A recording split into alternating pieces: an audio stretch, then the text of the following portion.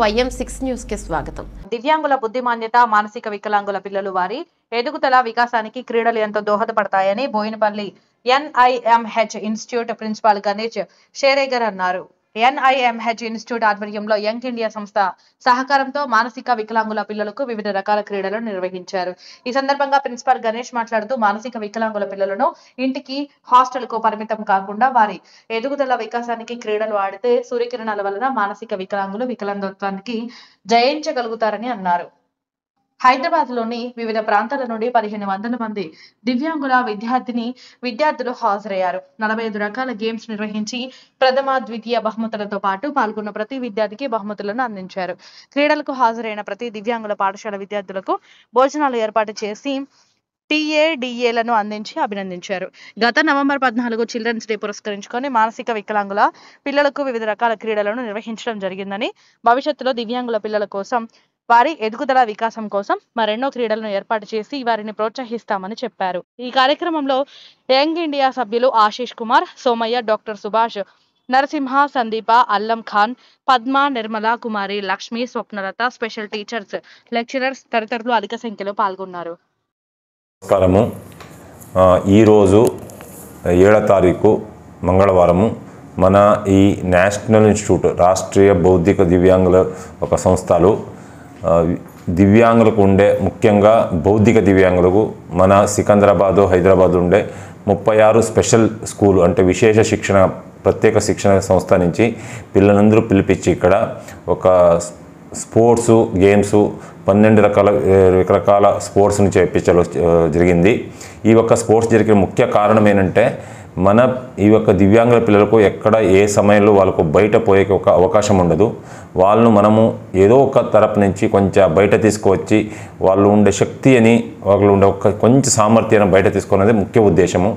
ఈ యొక్క ప్రోగ్రాముకు మనకు ముఖ్యంగా ఇక్కడ మన హైదరాబాద్లో ఉండే యంగ్ ఇండియన్ రౌండ్ టేబుల్ ఒక సంస్థ అయిన ఆ సంస్థ మన దగ్గర వచ్చి ఈ యొక్క ప్రోగ్రాం చేసేకి సాయం చేసింది.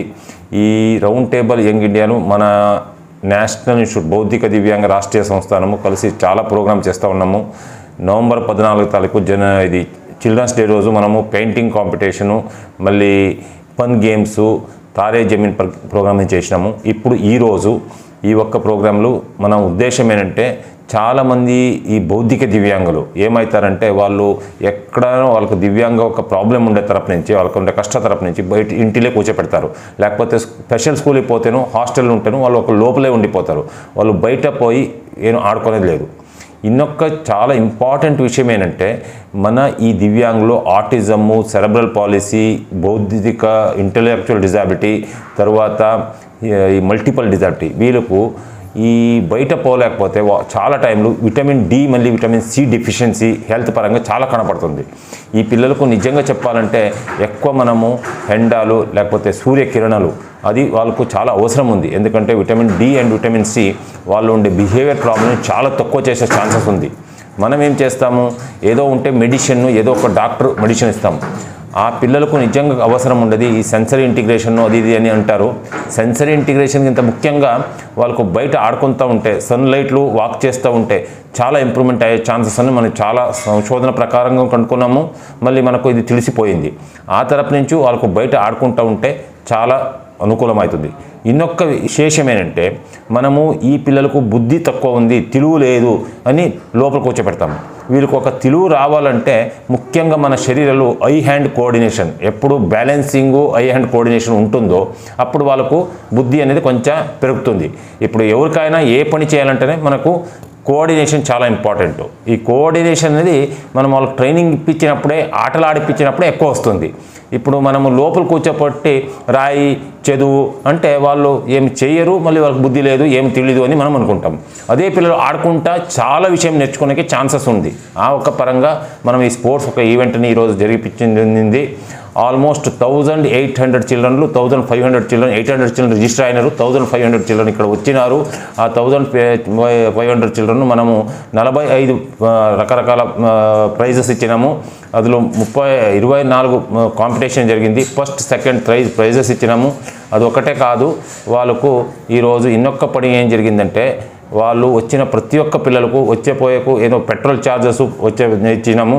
ఆ తరంగా వాళ్ళకు అందరికీ భోజనం ఇప్పించింది అయింది. మళ్ళీ పిల్లలు చాలా సంతోషం పడినారు. చాలామంది పేరెంట్స్ ఈ పిల్లలు బయట తీసుకువచ్చేదే లేదు అనుకున్నారు. ఇప్పుడు బయట తీసుకొచ్చి వాళ్ళు చేతులు నడుచుకోలేకపోతే పిల్లలకు సహా మనము ఈవెంట్స్ని పెట్టేసి చేయి పట్టుకొని సహా నడిపిచ్చినాము.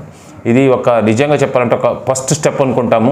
ఇన్ని చాలా విషయాలు ఇది ముందుగా జరిగిస్తే మన ఈ దివ్యాంగులు చాలా ఉండే ప్రాబ్లమ్ తక్కువ చేయొచ్చు. ఎంతో ఖర్చు చేసి ఎక్కడో డాక్టర్ దగ్గర చేపించగంత ఈ ఒక స్పోర్ట్స్ గేమ్స్లు చాలా ఇంప్రూవ్మెంట్ చేయొచ్చు నేను గట్టిగా చెప్పగలను. ఎందుకంటే నేను ఈ ఒక ఫీల్డ్లో ఆల్మోస్ట్ 38 ఇయర్స్ నుంచి పనిచేస్తా ఉన్నాను.